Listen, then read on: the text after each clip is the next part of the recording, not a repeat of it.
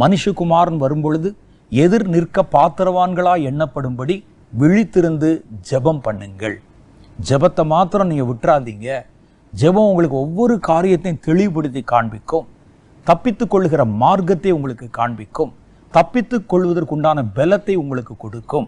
வரப்போகிற பயங்கரங்களை சுட்டி காண்பித்து நீங்கள் தப்பித்துக் கொள்ளுகிற பாதையை உங்கள் ஜெபம் உங்களுக்கு வெளிப்படுத்தி காமிக்கும்.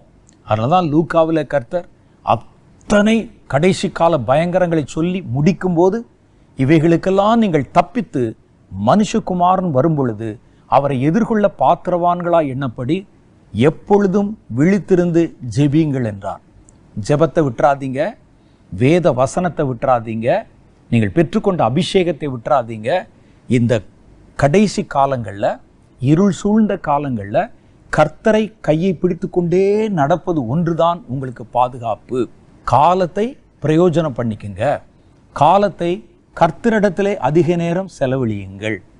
இதுதான் இந்த கடைசி நாட்களில் கர்த்தர் வெளிப்படுத்தி சொன்ன பயங்கரங்களிலிருந்து நீங்கள் உங்களையும் உங்கள் குடும்பத்தையும் உங்கள் சபையையும் தப்ப வைப்பதற்கான வழிகள். இதை நம்ம நல்லா தீவிரமாக கடைபிடிக்கணும். நேரம் கிடைக்கும் போதெல்லாம் ஜெபம் பண்ணுங்க. சபையில் ஒரு சின்ன குழுவை சேர்த்துக்கங்க. சபையாருக்கு ஜெபம் பண்ண கற்றுக் கொடுங்க.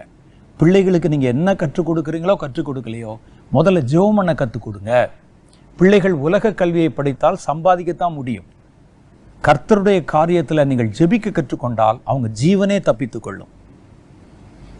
ஆனால் ஜெபம் பண்ண கற்றுக் கொடுங்க. வேத வசனத்தை வாசிக்க கற்றுக் கொடுங்க.